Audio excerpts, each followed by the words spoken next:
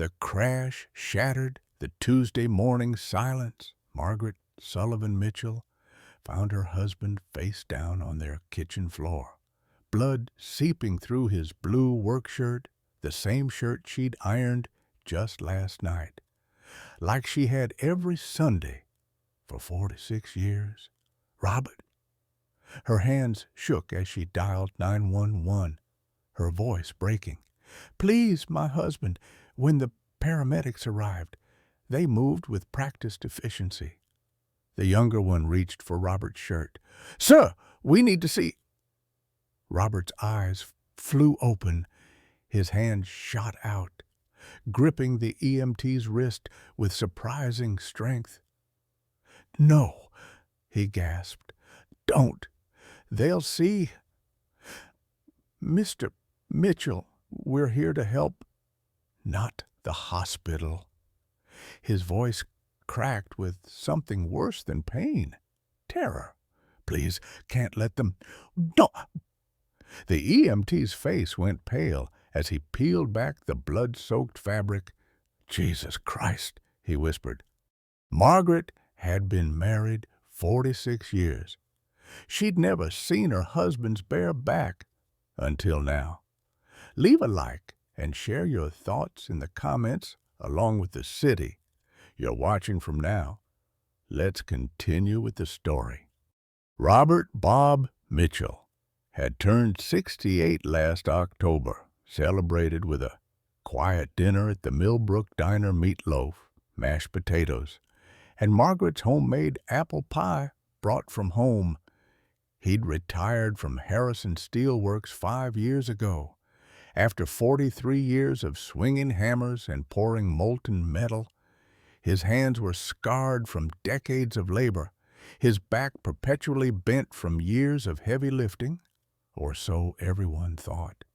In their modest two-bedroom house on Maple Street, Margaret had learned to read her husband's silences. At 67, she still rose at 5:30 each morning to make his coffee exactly how he liked it. 2 sugars, splash of cream. She'd been a third-grade teacher for 35 years before retiring, known throughout Millbrook for her patience and gentle persistence.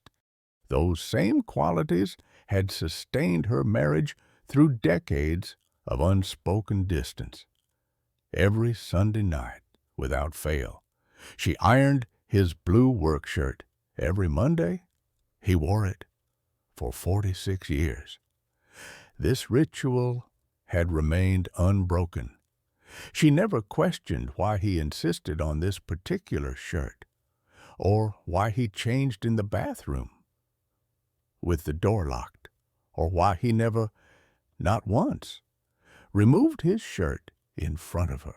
Some things she'd learned. You didn't push. Their daughter, Emily, had escaped to Boston 18 years ago, returning only for obligatory holidays. At 40, she was a successful divorce attorney with a corner office and an empty apartment. She called every other Sunday, conversations clipped and professional, addressing her father with the same cool distance he'd always shown her. She couldn't remember the last time he'd hugged her. Maybe never. Millbrook, Pennsylvania, had seen better days.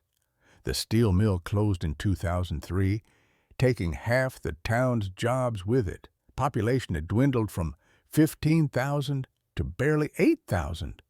Main Street struggled with empty storefronts, though Henderson's General Store and the First Methodist Church remained anchors of community life. Mrs. Helen Henderson, 72, and widowed, lived next door.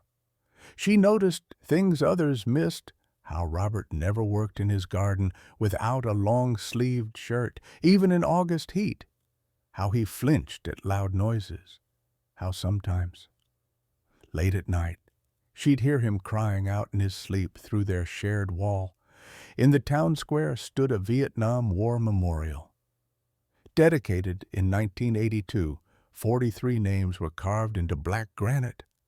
Robert had attended the dedication ceremony, standing at the back, leaving before anyone could speak to him. His own name wasn't on that wall, but perhaps it should have been. 8 months earlier, on a humid June morning, Robert had been working in his vegetable garden when the first pain struck a sharp, burning sensation between his shoulder blades, as if someone had pressed a hot coal against his spine. He twisted awkwardly to look over his shoulder, catching only a glimpse in the bathroom mirror of a small, dark bump rising from his skin. Nothing, he told himself. An insect bite, maybe a cyst. At 68, the body developed all manner of peculiarities. He dabbed it with peroxide and forgot about it. By week 2, there were 3 bumps. By week 4, 5. They spread across his upper back like dark islands on a map, each one raised and tender to the touch. The pain interfered with his sleep. He began waking at 3 in the morning, unable to find a comfortable position, staring at the ceiling while Margaret slept peacefully beside him. Week 8 brought blood. His undershirt stuck to his back each morning, requiring him to soak it off in the shower. He started doing his own laundry, stuffing the stained garments into the machine before Margaret could see them. "Bob, you're losing weight," Margaret said one morning, her hand reaching toward his shoulder. He pulled away instinctively. "I'm fine." "Let me just look," I said. "I'm fine." The sharpness in his voice startled them both. In 46 years of marriage, he'd never raised his voice to her. Margaret's eyes filled with the tears, but she said nothing. She simply turned back to the dishes, her shoulders tight with hurt that night, desperate with worry. She'd tried something she'd never done before. She waited until Robert's breathing deepened into sleep, then slowly, carefully, reached for the hem of his shirt. His hand clamped around her wrist like a vice. "Don't!" His eyes were open, blazing with something that looked like panic. "Please, Margaret, don't!" "I'm your wife," she whispered. "Why won't you let me help you?" "You wouldn't understand." "Then help me understand some things." His voice broke. "Some things are better left buried." She lay awake the rest of that night, listening to him breathe, wondering what terrible secret her husband carried beneath that blue shirt. By September, Margaret's Google searches had convinced her of the worst. Melanoma, the dark lesions, the spreading pattern, the bleeding, it all fit. Her husband was dying, and his stubborn pride wouldn't let him seek help. She called Emily in Boston, her voice shaking. "Your father needs to see a doctor. He won't listen to me. He never listens to anyone. Mom." Emily's tone was flat, professional. "I can come home this weekend?" "No." Robert's voice came from the doorway. He'd been listening. "I don't want Emily here. I don't want anyone." Emily had canceled her flight. The distance between father and daughter stretched a little wider. By December, Robert could barely move. Fever came in waves, 101 degrees, then 102. His skin took on a grayish pallor. Mrs. Henderson, bringing over her Christmas cookies, took one look at him and pulled Margaret aside. "That man needs a hospital, honey." "He won't go." "Then make him go." But how do you force someone who's already made peace with dying Valentine's Day, arrived cold and bitter? Margaret stood at the stove, making pancakes. Robert's favorite, though she knew he probably wouldn't eat them. She heard the crash from the bedroom, the heavy thud of a body hitting hardwood floor. She found him face down, blood pooling beneath his shoulders, soaking through the blue shirt. His eyes were half open, unfocused. Her hands trembled so badly she could barely dial 911. The paramedics arrived in 8 minutes. Jackson, the older EMT, had kind eyes and steady hands. "Sir, we need to assess your injuries. I'm going to remove your shirt." Robert's hand shot out with surprising strength, gripping Jackson's wrist. "No, they'll know. Can't let them see. Mr. Mitchell, you're bleeding. We have to—" "Not the hospital." Robert's voice was barely a whisper. "Please? Not there." Jackson looked at Margaret.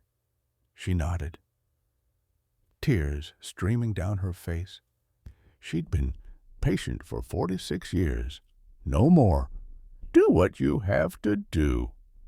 Jackson cut the shirt away with trauma shears. The fabric peeled back like old wallpaper, stuck to the skin beneath. The younger paramedic, barely 25, took one look and stumbled backward. "Jesus Christ!" Margaret stepped closer. Seeing her husband's bare back for the first time in 46 years of marriage, 9 dark masses, some the size of golf balls, covered his upper back. But it wasn't the size that made Jackson's face go pale. It was the way they seemed to move beneath the skin, as if something inside was trying to push its way out.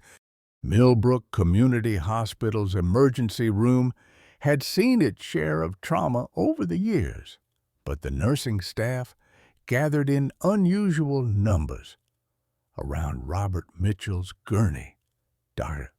Sarah Brennan arrived within 20 minutes of the call, still in her jogging clothes, dark hair pulled back in a hasty ponytail.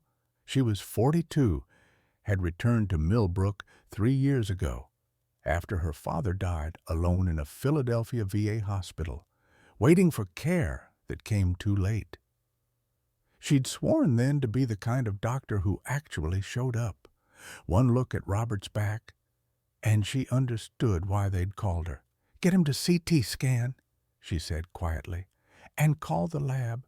Full blood panel, cultures, the works." Margaret sat in the waiting room, clutching Robert's ruined blue shirt. It was worn thin from decades of washing, the fabric soft as tissue paper. She'd never questioned why he'd insisted on this particular shirt. Week after week, year after year. Now, holding it, she noticed something she'd missed before: a small embroidered tag inside the collar, so faded she could barely read it. Mitchell, or 1908, their wedding year. Mrs. Henderson arrived with a thermos of coffee. Pastor Williams from First Methodist appeared shortly after, his presence a comfort, even to Margaret's fraying nerves. In small towns, word traveled fast. "Should I call Emily?" Mrs. Henderson asked gently. Margaret nodded, unable to speak. 90 minutes later, Dr. Brennan requested a private consultation room. Margaret's hands shook as she followed, certain she was about to hear the word "cancer." "Mrs. Mitchell," Dr. Brennan began, pulling up images in a computer screen. "These are your husband's CT scans." The black and white images meant nothing to Margaret's untrained eye, just shadows and shapes, abstract as modern art. "These white spots here, here, and here." Dr. Brennan pointed to 3 distinct bright areas. "Those are metallic foreign objects embedded in the tissue." Margaret blinked. "Metal, 3 separate fragments. To be precise, they've been there a very long time, decades. Based on the scar tissue encapsulation, your husband's body has been trying to wall them off. But recently," she paused, choosing words carefully, "his immune system has weakened. The body is now attempting to expel these objects. That's what's causing the abscesses, the infection. I don't understand. Margaret's voice was barely a whisper. What kind of metal does... Brennan met her eyes. Mrs. Mitchell, did your husband serve in the military? Yes. Korea, I think, maybe Vietnam. He never... Margaret's voice broke. He never talked about it. These injuries are consistent with high-velocity rifle rounds, gunshot wounds. The room tilted. Margaret gripped the edge of the desk. He was shot in combat. We'll know more when we operate. But yes, I believe your husband was shot, and these fragments have remained in his body for approximately 50 to 60 years.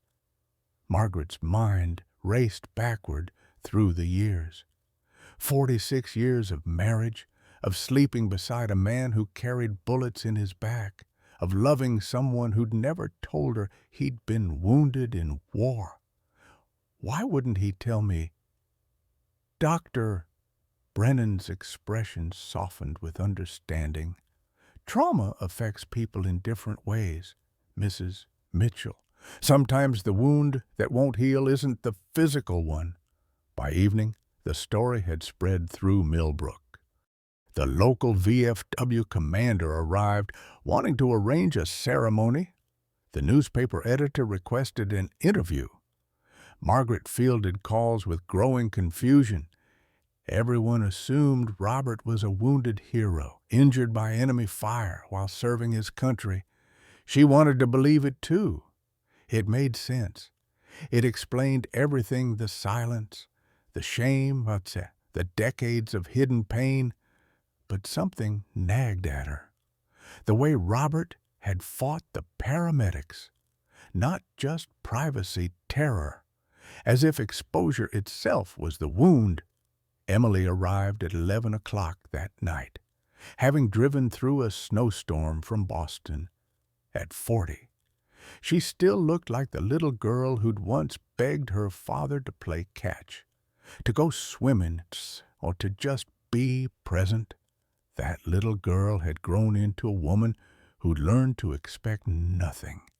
In the hospital room, Robert lay sedated, his face gray against white pillows. Emily stood in the doorway, unable to move closer. When's the last time you saw him? Margaret asked. 2 years. Thanksgiving. He's still your father? Is he? Emily's voice cracked. I don't even know him. Mom, I never did.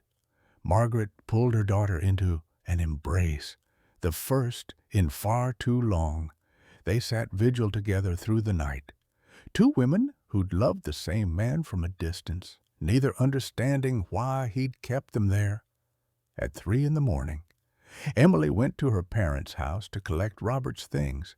She saw the locked metal box under the bed, immediately a dull green military footlocker, the kind soldiers use to store personal effects. Have you ever opened it? Emily asked. Margaret shook her head. He said it was private. He's in the hospital, dying, maybe. I think privacy just expired. The lock picked easily, a skill Emily had learned in law school, useful for forgotten filing cabinets. Inside it, the contents were sparse, but telling a tarnished bronze star medal. An old photograph of Robert in military uniform, looking haunted, and several yellowed letters. One envelope was newer, postmarked 2010. Emily read the first line aloud.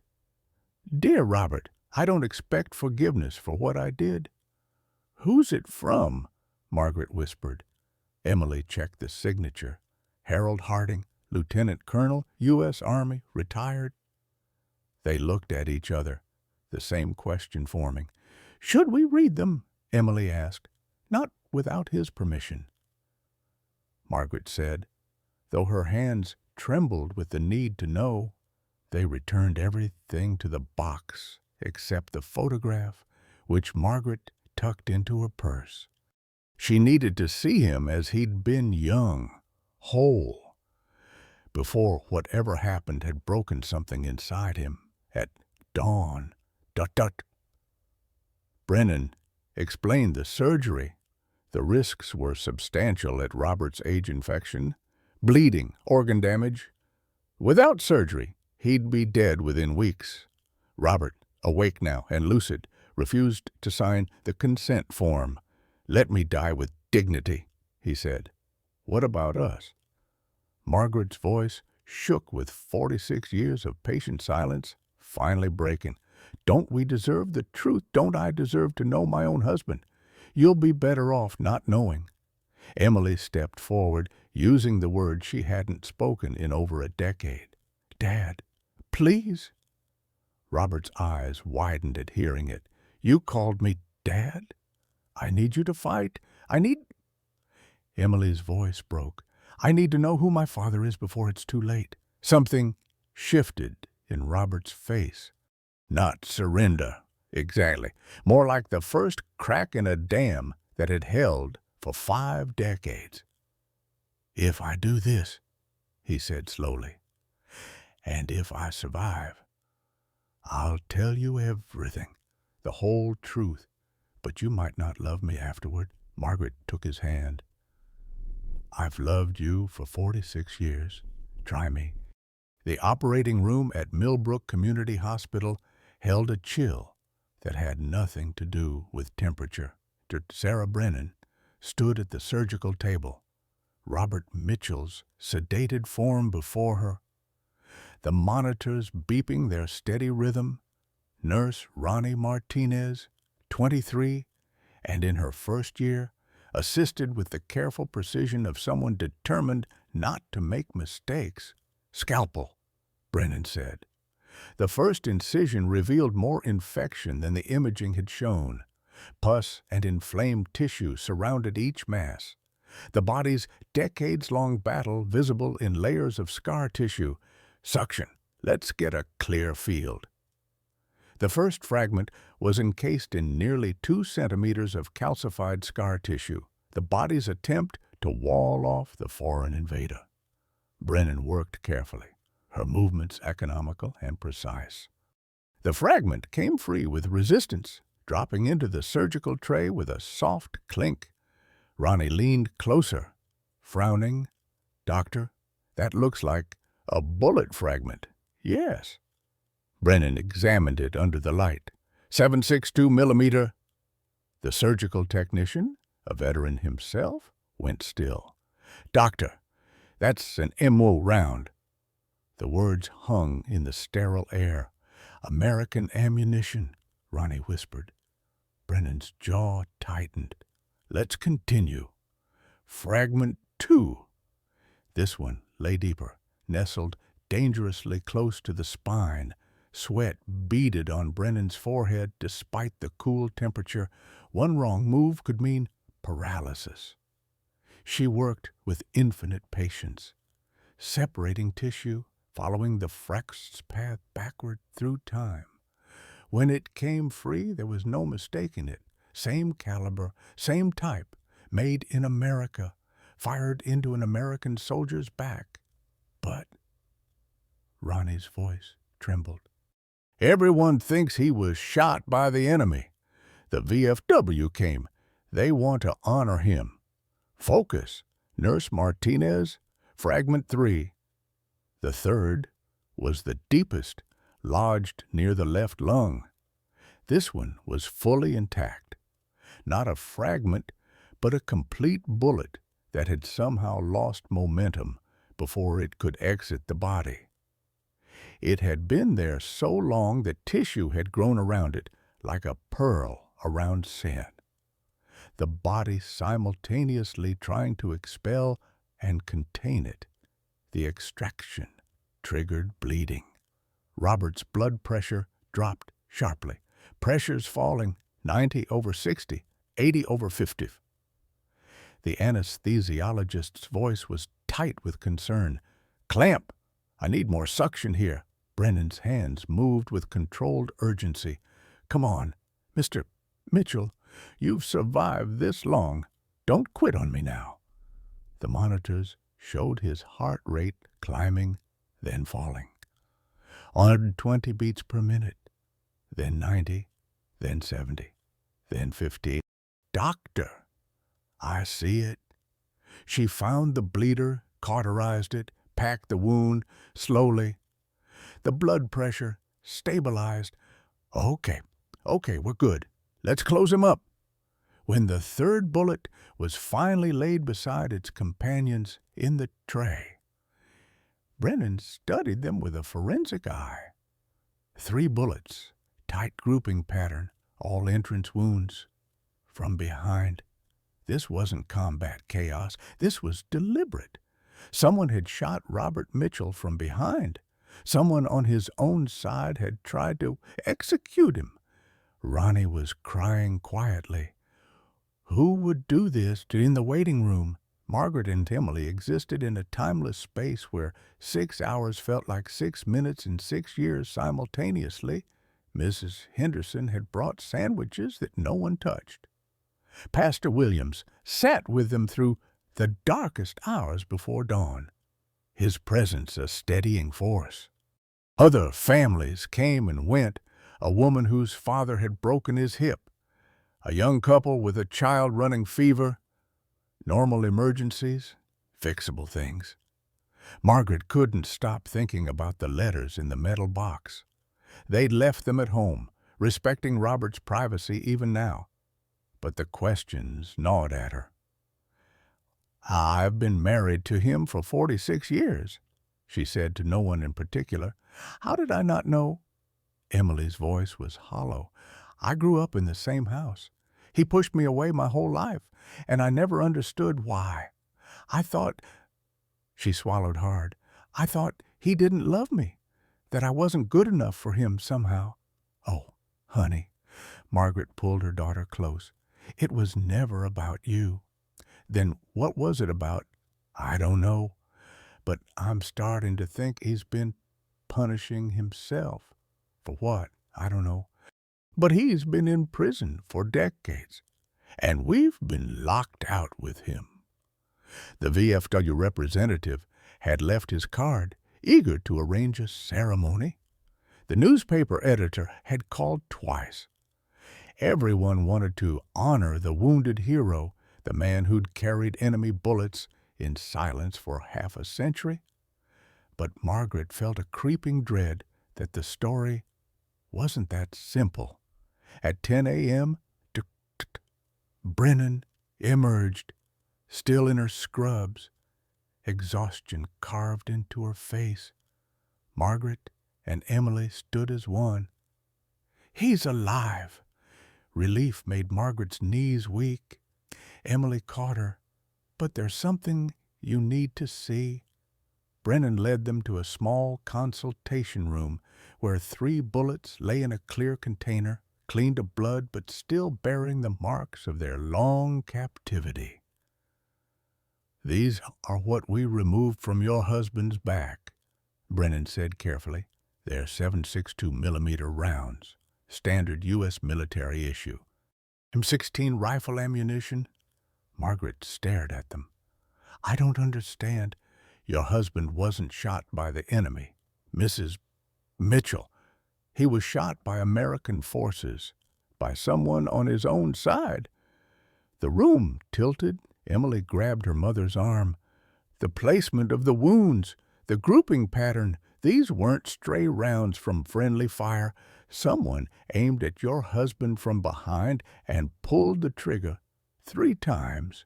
Who? Emily's voice was sharp, lawyer instinct kicking in. Who would do that?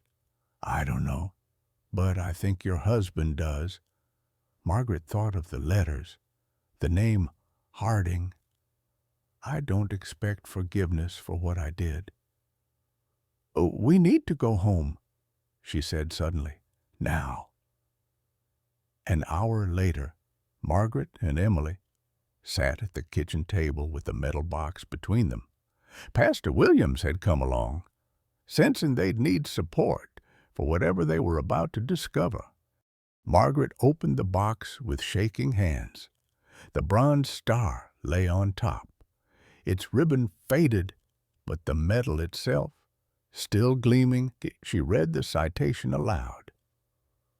For heroic action on March 15, 1908, in defense of civilian population near the DMZ, Private Robert Mitchell, displaying exceptional courage and disregard for personal safety, prevented the unlawful killing of 12 Vietnamese civilians, sustaining serious injuries in the process. He saved people, Emily breathed. He's actually a hero. But Margaret's eyes were on the date, March 15th, 1968, the same date on the back of the photograph. She picked up the first letter, an official military report. It described Robert's injuries as resulting from enemy ambush during civilian protection operation, vague, deliberately misleading, signed by Lieutenant Harold Harding. The second letter was handwritten, dated nice but never sent. The paper was yellowed, the ink faded. Harding's words were barely legible, the handwriting of someone drinking heavily while writing, "Robert, I don't know if I'll ever have the courage to send this, what I did. There's no excuse. You disobeyed a direct order. You left me no choice. But every night I see your face when you turned around. You knew it was coming. You didn't even try to run. I'm trying to convince myself it was justified. Orders are orders. But I can't. I can't sleep. I can't eat. My wife left me last month. She says I'm not the man she married. She's right.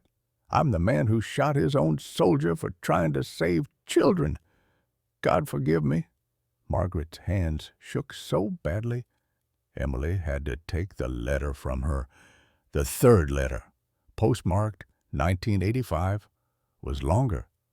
Harding, now a major, asking forgiveness, explaining that he'd been ordered to clear a village suspected of harboring Viet Cong, 12 civilians, mostly women and children. Robert had refused, had literally stood between Harding's weapon and the villages. Harding had shot him, left him for dead. The final letter from 2010 was Harding's deathbed confession. Terminal cancer, 3 months to live, finally telling the full truth. I was 24 years old, scared out of my mind, following orders that made me sick to my stomach. When you stepped between us and those civilians, I snapped. I thought you were betraying us, sympathizing with the enemy. I shot you 3 times to disable, not kill, I told myself. But that's a lie. I meant to kill you. You fell, and we ran.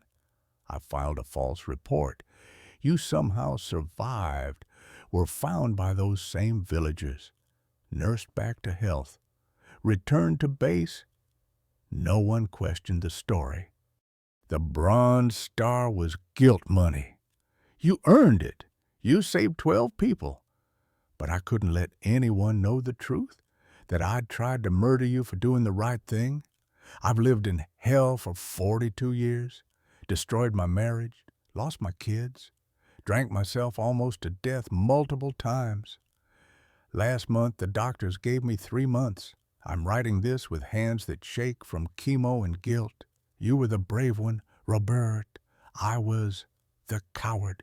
You stood up when it mattered. I pulled the trigger. Those 12 people lived because of you. I carried 3 bullets of guilt. You carried the actual bullets. I don't expect forgiveness. I don't deserve it. I just needed you to know the world is better with you in it. I'm sorry I tried to take you out of it. I'm sorry you've carried my sin in your body all these years. Harold Harding died 3 weeks after mailing that letter. The kitchen was silent except for Margaret's quiet weeping. Emily sat frozen, the letter in her hands, understanding finally flooding through her. He saved 12 people, she whispered, and felt guilty for the 3 he couldn't save. And he was shot by his own officer for doing it, Margaret added. He's carried those bullets for 56 years. Physical bullets and guilt. Pastor Williams spoke for the first time. He couldn't accept the medal because of how he earned it. Couldn't talk about the war because the wound came from his own side. Couldn't let anyone close because he felt, he paused, searching for words, unworthy, broken, like he deserved the pain. 3 bullets, Emily said, the pattern finally clear. 3 people he couldn't save. He's been punishing himself for 56 years. Margaret looked at her daughter. We need to be there when he wakes up. We need to tell him we know, and that we love him anyway. More than anyway, Emily corrected, tears streaming down her face. We love him because of who he is, because he's the man who stood between guns and children, because he's carried this alone for so long. They returned to the hospital together, 3 women who'd spent decades loving a man from a distance, finally understanding why he'd kept them there, and determined to bring him home. 3 days passed before Robert Mitchell opened his eyes. 3 days of Margaret and Emily maintaining vigil, taking turns sleeping in the uncomfortable hospital chair, speaking to him in the faith that he could hear them somewhere in the medicated darkness. When consciousness finally returned, his first word was an apology. Margaret. His voice was a dry rasp. I'm sorry. She was at his bedside instantly, her hand finding his. For what? For everything. 46 years of lies. You never lied to me. I never told you the truth. Same thing. His eyes, when they met hers, held a desperation she'd never seen before. The things they pulled out of my back, we know, Emily said quietly from the other side of the bed. Robert's head turned sharply, wincing at the pain. You know. We read the letters, Margaret said. Harding's letters, all of them. The color drained from Robert's face. No, you shouldn't have. You can't. Panic rose in his voice. If you read them, then you know what I am, what I did. A hero, Emily said firmly. You're a hero. Robert's laugh was bitter, broken. A hero who got shot by his own commanding officer, who failed to save 3 people, who's been carrying bullets in his back for 56 years because he was too much of a coward to tell anyone the truth. Stop. Margaret's voice carried the authority of 35 years teaching children. Just stop, Robert. He looked at her, really looked at her, for the first time in decades. Tell us, she said. Tell us everything. In your words, we deserve to hear it from you. So, he did. The story came out in fragments at first. Then in a flood, March 15th, 1908, the village near the DMZ. The standing order to clear suspected Viet Cong sympathizers. 8 soldiers, all scared kids barely out of high school. Lieutenant Harold Harding, 24 years old, following orders that made him visibly sick. Clear the village meant kill everyone, Robert said, his voice hollow with memory. 12 people. I could see them. An old woman, maybe 70, young mothers with babies, children, a boy who couldn't have been more than 6, holding his grandmother's hand. Emily gripped his hand tighter. Harding gave the order. The other guys, they raised their weapons. They were going to do it. They were so scared and so young, and the war had taught them that orders were absolute. But I looked at those faces and I saw people, just people, someone's grandmother, someone's child. "What did you do?" Margaret asked, though she already knew. I told Harding no. He repeated the order. I told him again, "No, sir, I won't do it." He said I was disobeying a direct order, that he could have me court-martialed, shot for insubordination. I said, "That's fine, sir, but you'll have to shoot me before I let you kill children." The monitors beeped steadily. Outside, a cart rattled past in the hallway. He thought I was bluffing. I wasn't. I stood between his rifles and those villagers. I could see in his eyes the exact moment he decided to do it. Not even anger, really. Just fear and something breaking. He raised his M. Robert's breathing quickened, the memory visceral, even after 5 decades. 3 shots. Bang, bang, bang. I felt each one. Fire in my back, like someone had driven spikes through me. I went down. Couldn't breathe, couldn't move. Heard Harding yelling, "Enemy sniper, fall back." They ran, left me there bleeding in the dirt. "Oh, Robert," Margaret whispered. I thought I was dead. Probably should have been. Then I felt hands on me, gentle hands, the old woman I'd been trying to protect. She was there with her sons. They dragged me into a bunker, hid me for 2 days while patrols searched. She had some kind of traditional medicine, packed my wounds with herbs, probably saved my life. "The Vietnamese family saved you?" Emily asked. After everything. Her name was Lynn. She spoke a little French. I spoke a little French from high school.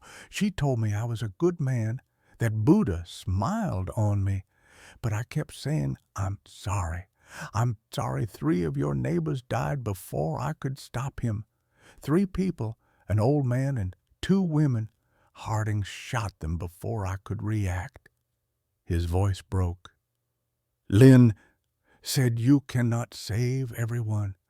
You saved 12. That is enough. But it wasn't. It isn't." Margaret leaned close, her forehead nearly touching his. "It is enough, Robert. It has to be enough." Her sons got me to a medic station, risked their lives doing it.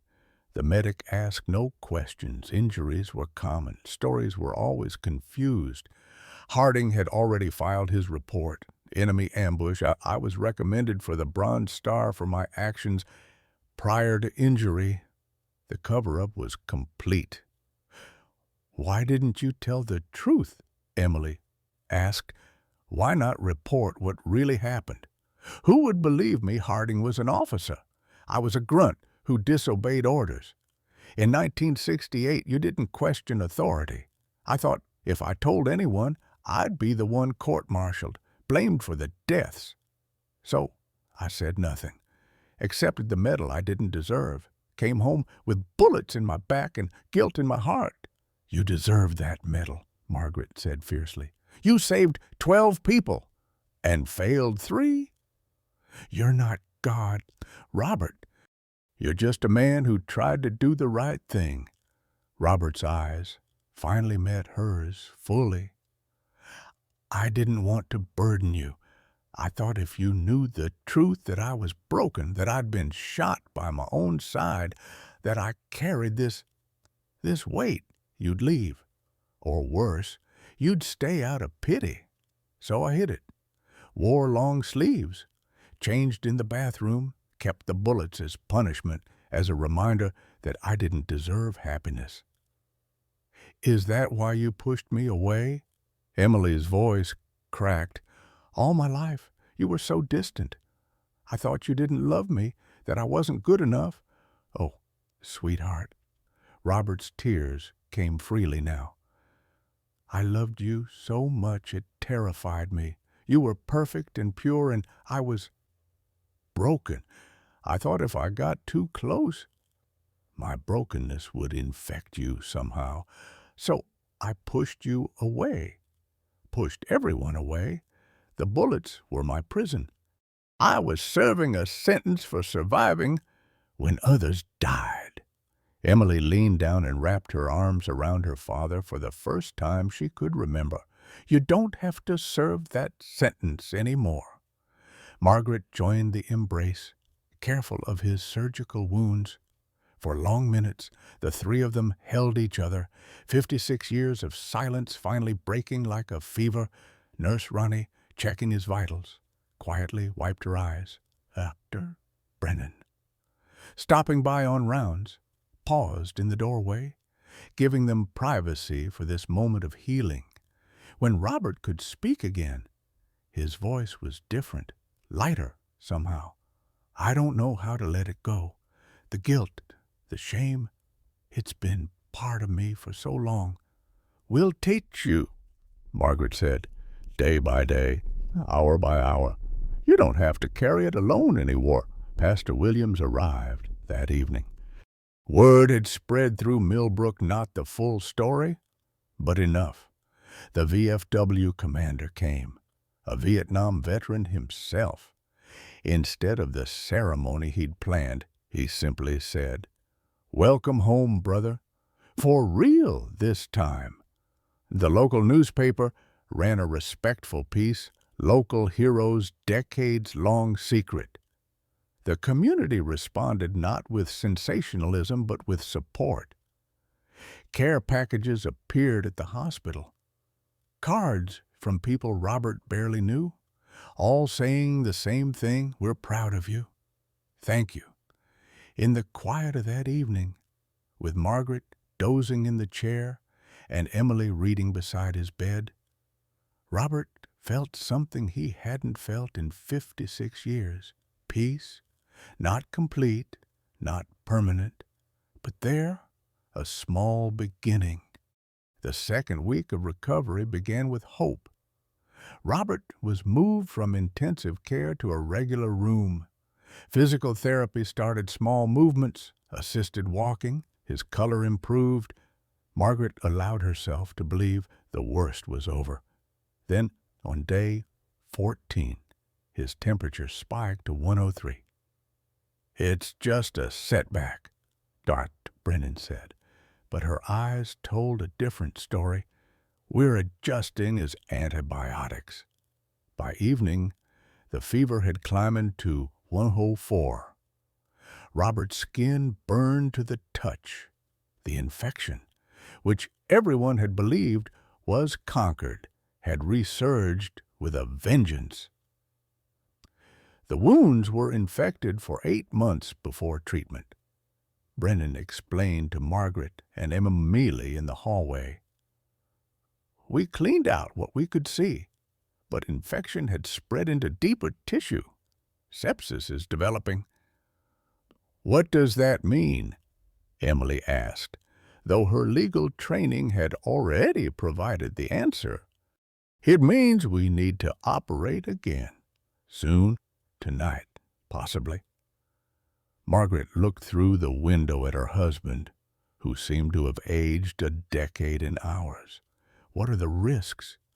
At his age, a second major surgery within 2 weeks. Brennan hesitated. The mortality rate is around 40%. The number hung in the air like smoke inside the room. Robert's voice was weak but clear. "Maybe this is how it's supposed to end." "Don't you dare!" Margaret's voice shook with an emotion she'd suppressed for 46 years. Pure, undiluted anger. "Don't you dare give up now. I'm tired, Margaret, 56 years, tired. And I've been patient for 46 years. Her voice rose, sharp enough to make Emily step back. "I've been understanding. I've been supportive. I've waited and waited for you to let me in. And now, just when you finally do you want to quit, you have Emily. She's strong. She'll..." I don't want to be strong without you. The words exploded from her. You robbed us, Robert. You robbed us of who you could have been, of who we could have been together.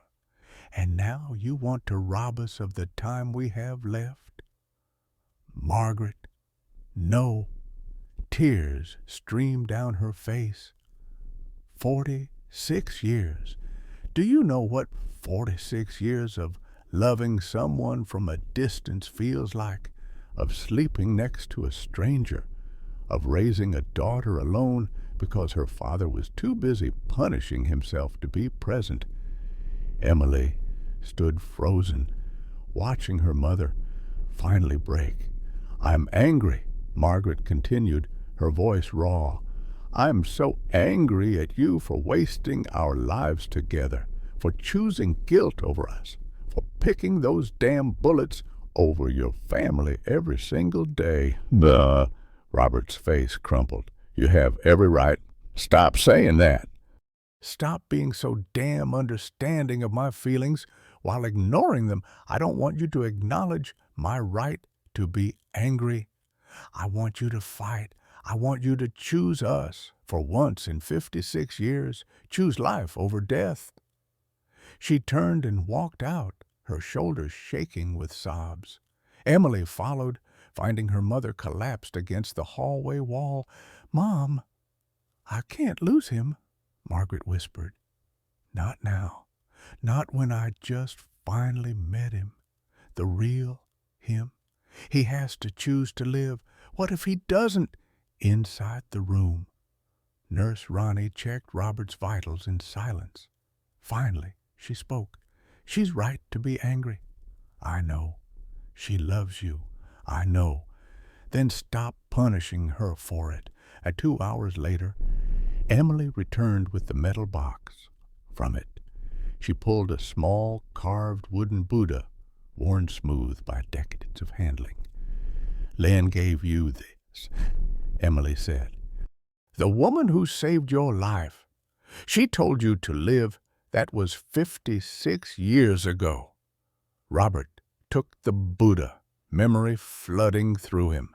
Lynn's weathered face, her firm voice in broken French. Vivre, live. Promises don't expire, Dad. You promised her. You owe her. Margaret returned as the sun set, her eyes red, but her spine steel. She sat beside the bed without speaking. I'm sorry, Robert said. I know. I'll do the surgery. She looked at him directly. Why, give me a real reason? Because Lynn told me to live. Because I never thanked her properly. Because... His voice broke. Because you're right. I robbed you. Let me try to pay you back. How? By actually living with you for however long we have. Dr. Brennan arrived with updated scans before they could say more. Her expression was grave. The infection is spreading faster than we anticipated. We need to operate immediately, but I need you to understand, even with surgery, given the severity and your recent operation, you're looking at 50-50 odds. Without surgery, days at most. Margaret gripped Robert's hand. What do you want to do? I want to live, he said, meaning it for the first time in 56 years. I finally want to live. Before they wheeled him to surgery, Emily leaned close. Dad, I need to say something. I'm listening. I forgive you for everything, the distance, the absence, all of it. I forgive you. Tears ran down his face. Thank you. But you have to forgive yourself, too. I'll try. No. Promise me. I promise. The surgery began at 9 p.m. Margaret and Emily returned to the waiting room. Now familiar territory. Mrs. Henderson brought coffee. Pastor Williams arrived. Other members of the VFW gathered, men who understood that sometimes the battle doesn't end when you come home. 2 hours became 3, 3 became 4, 4 became 5. At 2:15 a.m., the overhead speaker crackled, "Code Blue, OR2, Code Blue, OR2." Margaret knew, somewhere in her bones, that OR2 was Robert's room. Time crystallized into something thick and suffocating. 3 minutes passed, an eternity contained in 180 seconds. Then Sarah Brennan emerged through the double doors, still in surgical scrubs, her mask pulled down. Her face was unreadable. Margaret stood on legs that threatened to give way and waited to hear if her husband had survived fighting for his life a second time. "He's alive." Dr. Brennan's words seemed to take minutes to travel from her mouth to Margaret's ears. When they finally landed, Margaret's knees buckled. Emily caught her mother, held her upright. "But," Brennan continued, her voice carefully measured, "the infection was worse than imaging showed. We had to remove more tissue than planned." He coded on the table. "His heart stopped for 90 seconds. We got him back. But he's in a medically induced coma now. We need to wait for brain function assessment. Brain damage." Emily's lawyer instincts cut through the medical euphemisms. "Possible. We won't know until he wakes up, if he wakes up." The next 48 hours existed outside normal time. Margaret refused to leave the ICU. She pulled a chair close to Robert's bedside and talked to him stories from their 46 years together. Memories he might not even remember. Kills. Emily listened, learning about her parents' early years, seeing them as young people in love before the weight of secrets had crushed them. Inside the darkness of unconsciousness, Robert experienced something he would later struggle to explain. Not a tunnel of light or angels, nothing so cinematic. Instead, he found himself standing in the Vietnamese village, but not as it had been in the chaos of 1908. This version was quiet, peaceful. Lynn was there, young and vital, smiling at him. Her family surrounded her, healthy, whole, alive. "You kept your promise," she said in perfect English, though he knew she'd never spoken it in life. "You lived." The 3 people who had died before he could stop Harding appeared beside her. An old man, 2 middle-aged women. They looked at him without accusation. "We don't blame you, the old man said. "We never did." "How can you forgive me?" Robert asked. "I was too slow. If I'd acted faster." "We were already dead," one of the women said gently. "Harding would have killed all of us. You saved who you could. That is enough." Is it really enough?" "It has to be," Lynn said. "You cannot save everyone. Robert, you are not Buddha. You are just a man who tried. That is all anyone can ask." The weight he'd carried for 56 years, the physical weight of the bullets and the crushing weight of guilt, lifted, actually lifted, like a boulder rolling off his chest. He could breathe fully for the first time since 1908, on the 3rd day post-surgery. Robert's eyes opened. Margaret was reading aloud from a book she brought from home. When she felt his hand twitch in hers, she looked up to find him watching her, his gaze clear and focused in a way she'd never seen before. "Margaret." His voice was hoarse but strong. "My wife." She'd never heard him say "my wife" with such presence, such ownership of the relationship. For 46 years, he'd kept distance even in endearments. "You're back," she whispered. "I'm here, really here, for the first time in 56 years. Emily rushed in when Margaret called. Robert looked at his daughter, and something in his face had fundamentally shifted. The walls were gone. "Dad," Emily said tentatively, "what happened?" "The doctor said you died for 90 seconds. "I did." Robert's words came slowly but with certainty. "And they forgave me." "Who?" "Everyone. I thought I'd failed. Lynn, the 3 people who died. They told me I'd done enough, that I couldn't save everyone, that trying was enough." Brennan, making rounds, was stunned by his recovery. His vital signs were stronger than before surgery. It was as if removing the bullets had released something beyond the physical, some psychic weight that had been draining his life force for decades. "I've never seen anything like this," she told her colleagues.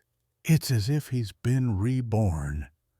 Week 3 brought Robert to rehabilitation. Physical therapy revealed what 56 years without constant pain felt like. His first steps without the bullets were awkward, uncertain. He'd learned to move around the pain for so long that moving freely felt foreign. "I forgot what this felt like," he told the physical therapist, tears streaming down his face. "Being young, being whole." Dr. Brennan enrolled him in a veterans trauma support group she ran every Thursday evening. 8 other Vietnam veterans, ages 68 to 75, gathered in a hospital conference room. When Robert shared his story for the first time publicly, the room fell silent. Then an older man spoke. "I have been carrying something too. Agent Orange destroyed my lungs, but it also destroyed my marriage because I couldn't talk about what I had seen, what I had done." Another veteran. "Survivor's guilt. I watched my best friend die and I couldn't save him. 40 years, and I still see his face every night." Robert realized he wasn't alone. He had never been alone. The community of the wounded was vast and silent and suffering in isolation, each man thinking his burden was his alone to carry. The local newspaper story was picked up regionally, then nationally. "Veteran carries bullets for 50 years became the invisible wounds we all carry." Robert gave one carefully considered interview, focusing not on himself, but on the need for veterans' mental health services. "If you're carrying something," he said directly to the camera, "put it down. It's never too late." The response was overwhelming. Other veterans came forward. Letters flooded the newspaper. One came from a woman named Catherine Harding, age 50. "I'm Harold Harding's daughter. I never knew what my father did until I read about you. He drank himself nearly to death. Was absent my entire childhood. Died alone. Reading your story, I finally understand why. Thank you for forgiving him. I couldn't. Maybe now I can." Emily, using her legal resources, began searching for Lynn's family. It took 3 weeks and dozens of calls, but she found them. Lynn had died in 90, but her sons were alive. One, Duc Nguyen, now 65, ran a Vietnamese restaurant in San Jose called Peace Bridge. When Emily called, Duke's voice trembled. My mother spoke of the American soldier who stood for us. She never forgot. We never forgot. They arranged a video call. Robert, still in rehabilitation but growing stronger daily, sat with Margaret and Emily when Duke's face appeared on the laptop screen. The moment Duke saw Robert, tears came immediately. "Thank you," he said in English, touched with an accent. "Thank you for my life, for my children's lives, for my grandchildren." "I'm so sorry about your mother," Roberts managed. "She lived at 27 more years because of you. She married, had 5 children, saw 12 grandchildren, all because you said no to the guns." "3 people died," Robert said, the old guilt reflexive. "My mother said you cannot save everyone. You saved who you could. That is enough." She said those words every March 15th until she died. Robert saved who he could. That is enough. She wanted you to know. It's Robert broke down 5 decades of tears, finally finding release. Is it really enough?" "Yes," Duke said firmly. "It is enough." 3 months later, when Robert was well enough to travel, Margaret and Emily accompanied him to Arlington National Cemetery. They found Harold Harding's grave in Section 60. Died 2010, liver failure, military honors, but buried alone. Robert stood at the headstone for a long time before speaking. "You made a choice, a bad one. You spent 42 years paying for it. That's enough, too. Rest now."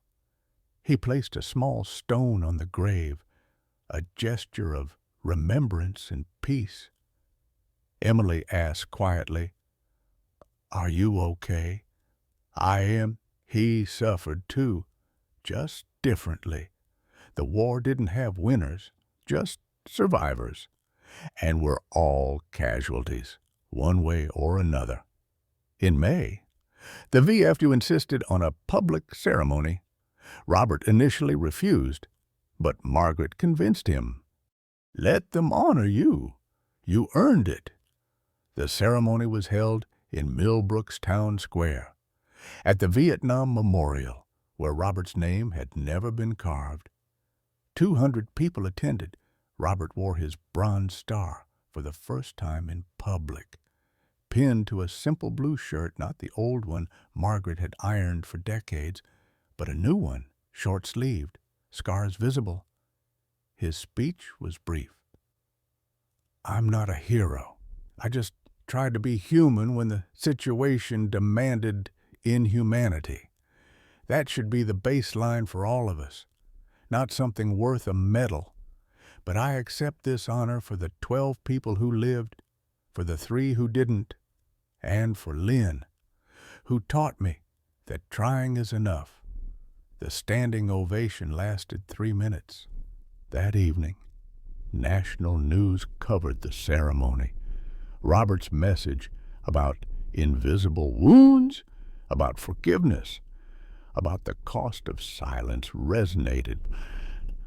Veterans Affairs officials took notice. Policy discussions began about better screening for older veterans. For wounds that don't show on X-rays, Robert became a voice, not by seeking it, but by finally speaking his truth. And in that truth, others found permission to speak theirs. Spring arrived in Millbrook like a promise kept. 6 months after the surgeries that had nearly killed him, Robert Mitchell stood at the edge of the community pool, toes curled over the edge, preparing to do something he hadn't done since 1908. "You don't have to, Dad," Emily called from a poolside chair. "Yes, I do." He wore swim trunks, his back fully exposed. 3 surgical scars marked where the bullets had been, pink and raised against his weathered skin. Around him, other swimmers pretended not to stare, though he caught their glances. He no longer cared. Robert dove. The water enveloped him, cool and clean. And for the first time in 56 years, there was no pain, no weight, no burning reminder of March 15th, 1968. Just water and movement and the simple joy of being alive. When he surfaced, Emily was crying. "You're swimming. You're actually swimming." "I had forgotten how," he said, laughing, then more quietly. "I had forgotten a lot of things. I'm remembering now." Margaret watched from the shallow end, her heart full. The man swimming toward her was recognizable but transformed the same face. But the shadows had lifted. She'd married him twice. She often thought. First in Ned to a ghost, now in Twenty to a man finally inhabiting his own life. They decided to renew their vows on their 46th anniversary. Not a grand affair, just family and close friends in their backyard.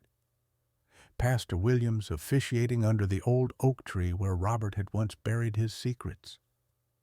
"I promise to live," Robert said, his voice steady. "Fully with you, no more hiding, no more choosing guilt over love. I promise to be present for every remaining day we have." Margaret's vows were simpler. "I promise to keep teaching you how to be happy, to be patient when the old shadows return, to love you not despite who you are, but because of it, all of it." Mrs. Dodd Henderson wept openly. Even the VFW commander, a man who'd seen his share of horrors, had to wipe his eyes. Emily visited monthly now, a dramatic shift from her previous annual obligatory appearances. She brought Mark, her boyfriend, another lawyer, kind-eyed and patient. Robert engaged with him in ways that startled Emily. Questions about Mark's work, stories from his own past, actual conversation. One evening, after dinner, Robert and Emily sat on the porch alone. The June air was thick with fireflies. "I'm sorry I wasn't there," Robert said. "When you were growing up, I missed everything that mattered. You're here now." "It's not enough. I robbed you of a father." Emily was quiet for a moment. "My therapist says I learned love from people who couldn't show it. My marriage failed because I picked someone emotionally distant just like you were.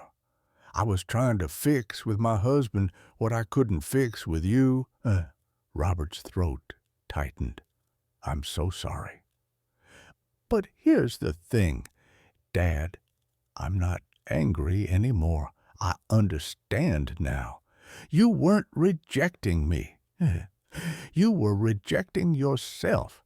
There's a difference. Does that make it hurt less?" "No, but it makes it make sense.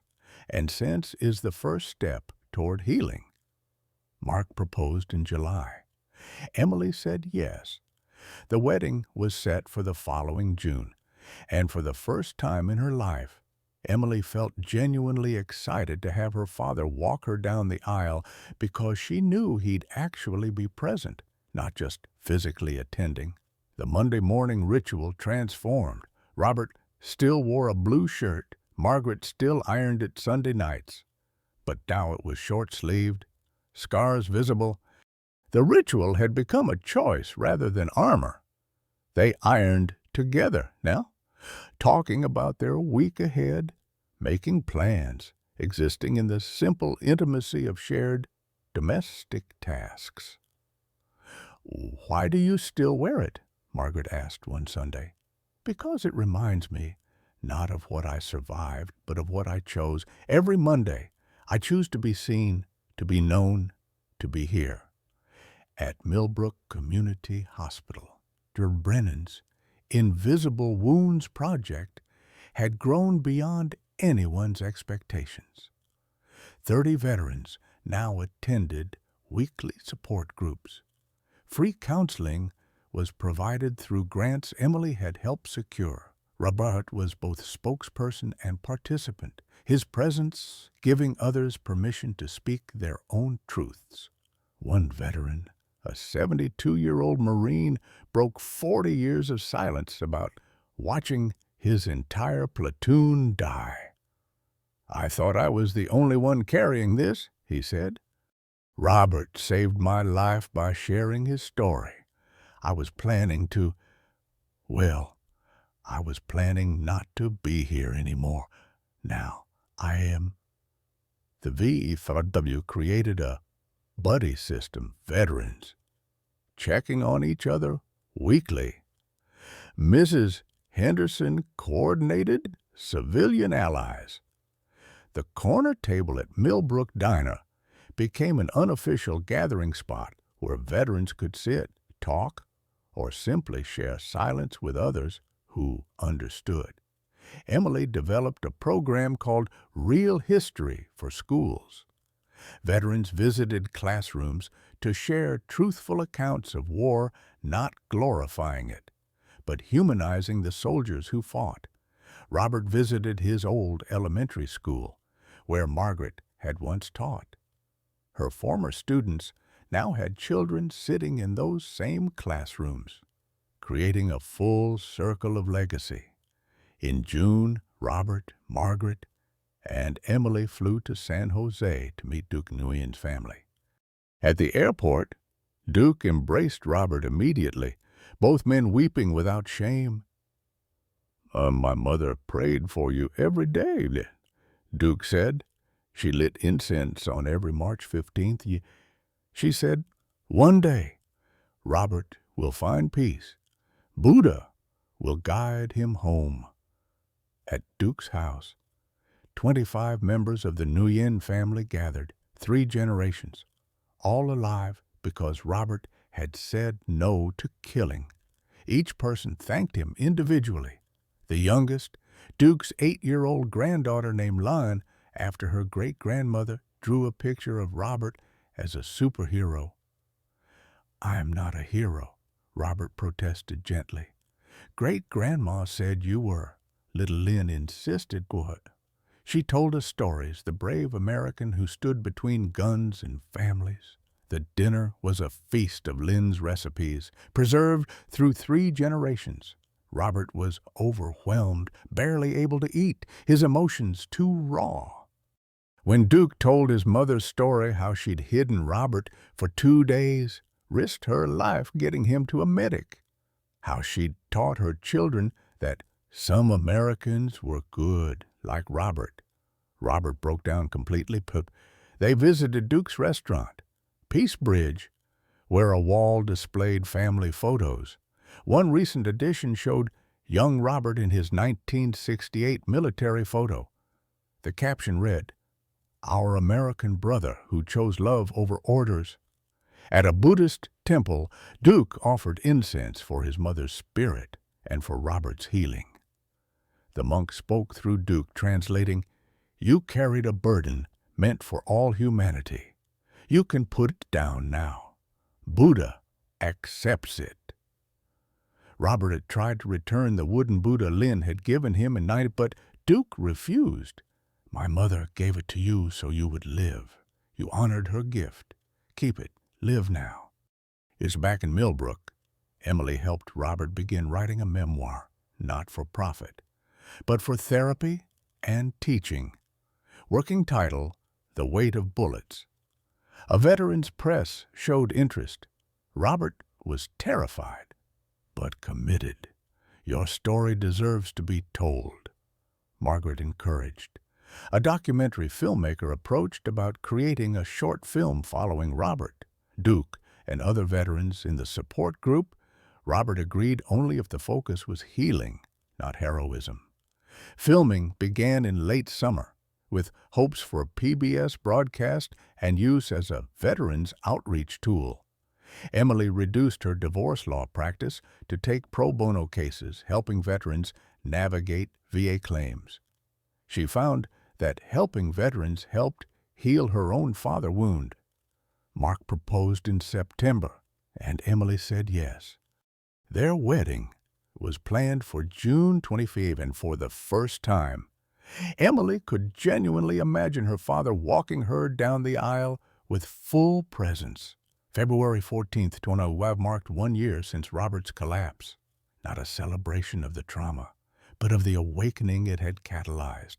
The family gathered at home with 20 close friends, VFU members, support group veterans, Duke who'd flown in, Dr. Brennan, Nurse Ronnie, Mrs. Henderson, Pastor Williams. In the backyard, Robert did something he'd never done publicly. He removed his shirt, 3 surgical scars marked where the bullets had lived for 56 years. No more hiding, no more shame. He read a poem he'd written. I carried metal in my back for 56 years, but the heavier burden was the silence. 3 bullets taught me I could survive. 3 scars taught me I could heal. 12 faces taught me I had purpose. Once family taught me I had worth. Today I am not the man who was shot. I am the man who finally lives. Then came the symbolic act. Robert had planned to keep the 3 bullets as reminders, but standing there surrounded by love, he changed his mind. I'm burying these, he announced, and planting something beautiful over them. They dug a small hole beneath the oak tree. Robert placed the 3 bullets, cleaned and mounted, in a small case into the earth. Margaret added rosebush seeds. Roses have thorns but create beauty, she said. From pain comes growth, Robert added. Everyone present planted 1 rose seed together. Accepting its, the bush would bloom, a living memorial. Beauty from suffering, Robert's future stretched ahead with purpose. Book release planned for fall. Speaking tours at veterans organizations. Weekly support group attendance. Mentoring younger Iraq and Afghanistan veterans. And most importantly, daily gratitude practice. Living, actually living. Margaret had the husband she'd always sensed was hidden inside the man she'd married. Their morning routine became sacred coffee, conversation, connection, evening walks, hand in hand, no more wondering who her husband really was. She knew all of him now. Emily's wedding date was set. Robert would walk her down the aisle, fully present for the first time. She was considering children, something she'd never wanted before. Now, knowing her father could be the grandfather she'd needed him to be as a father, the cycle could break. Emotional availability could become their family legacy. The last scene unfolded in early March at Millbrook's Vietnam Memorial. The town had expanded the memorial, adding a new plaque for those who carried invisible wounds. A shepherd's idea. Funded by community donations, the plaque didn't just list the dead, but created space for living veterans to add their names, a recognition that some wounds don't kill immediately, but drain life slowly over decades. Robert added his name first. Robert Mitchell, 19C8-24, finally free. Others followed, men adding names, sharing stories, weeping openly. Veterans, civilians, children playing nearby. Duke stood beside Robert, representing the 12 faces that haunted and inspired. 3 generations of families, connected by one moment of choosing humanity over orders. Snow began falling. Though spring was near winter, becoming spring, the eternal metaphor. Robert looked at his reflection in the polished memorial stone. He no longer saw who he'd been, the broken soldier, the guilty survivor, the man hiding bullets in his back. He saw who he'd become, a father, a husband, a teacher, a healer. Margaret took his hand, ready to go home. Robert smiled, truly smiled. I am home, right here, with you. His final words, spoken to a documentary camera, would eventually reach millions. Freedom isn't free. I learned that in 1968. But I learned something else, too. The price of freedom isn't just blood, it's truth. Facing what we've done and what's been done to us, letting people love us when we think we don't deserve it. The bullets couldn't kill me, but the silence almost did. There's no wound so old it can't heal, no burden so heavy it must be carried alone, no person so broken they can't be made whole, not by forgetting the past, but by finally living in the present. That's what welcome home really means. Welcome home to yourself, to your family, to your life. It's never too late. I'm living proof. The camera pulled back, showing Millbrook's small town under big sky, the memorial at its center, people gathering rather than dispersing, connection, community, healing. A final title card. Robert Mitchell continues advocating for veterans' mental health services. He celebrated his 70th birthday surrounded by family and the 12 people he saved, and I met all present via video call from around the world. Margaret still irons his blue shirt every Sunday. Emily married in June 20. Robert walked her down the aisle. The bullets are buried under a rose bush that blooms every spring. Robert's story reminds us of a painful truth many of us carry. We've spent years hiding our wounds, thinking we were protecting the people we love. Maybe you've held secrets about your past, convinced that sharing them would burden your family. Perhaps you've kept your distance from your children, thinking your brokenness might somehow infect their lives. You've worn your own version of that blue shirt armor that kept others out while you slowly suffocated inside. The most heartbreaking part. While you were busy protecting everyone from your pain, they were suffering from your absence. Your spouse learned to love a stranger. Your children grew up feeling rejected, never understanding it wasn't about them at all. But here's what Robert discovered after 56 years. It's never too late. The moment you stop punishing yourself and let people truly see you, scars and all, is the moment real healing begins. Not just for you, but for everyone who's been waiting on the other side of your walls. What burden have you been carrying alone that your family deserves to help you carry? What would it feel like to finally put it down? Share your story in the comments. Your truth might be exactly what someone else needs to hear today.